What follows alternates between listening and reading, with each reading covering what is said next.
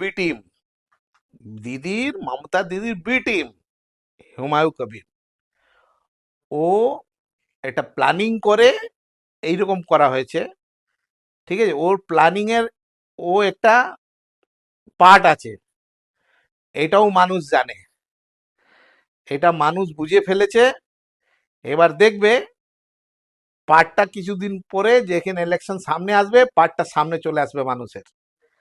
আবার গিয়ে উনি ওই মমতা দিদির পা ধরে ক্ষমা চেয়ে, আর কেন বিধায়ক পদ থেকে তো রিজাইন করেনি, এখনো তো মমতা দিদিরই বিধায়ক আছে। তো মানুষ কি বোকা? এই পশ্চিম বাংলার আর মানুষ বোকা নয়।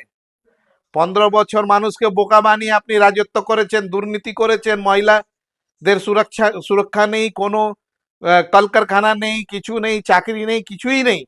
পশ্চিম বাংলাকে লুটে খেয়েছেন, লুটে পুটে খেয়েছেন পুরো।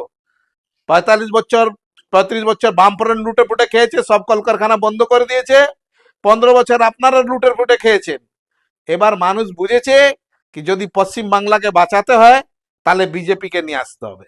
বিজেপি আসবে, এইখানে প্রত্যেক এলাকায় ভালো কাজ হবে, কলকারখানা আসবে, লোকের চাকরি হবে, সবাই শান্তিতে থাকবে।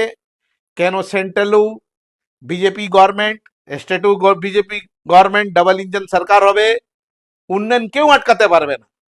আজকে 50-55 বছর হয়ে গেল পশ্চিমবাংলায় উন্নয়ন থেকে বঞ্চিত আছে। এবার কিন্তু বিজেপি গভর্নমেন্ট হলে উন্নয়ন হবে, কেউ একে আটকাতে পারবে না। আর যে আশ্রিত পশ্চিম বাংলায় হয়ে নষ্ট হয়ে গেছে, ওসব বিজেপি আবার ফিরিয়ে দেবে।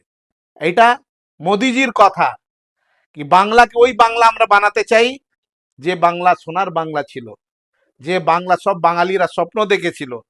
ওই বাংলা পশ্চিম বাংলা বিজেপি মোদিজির একটা স্বপ্ন আছে।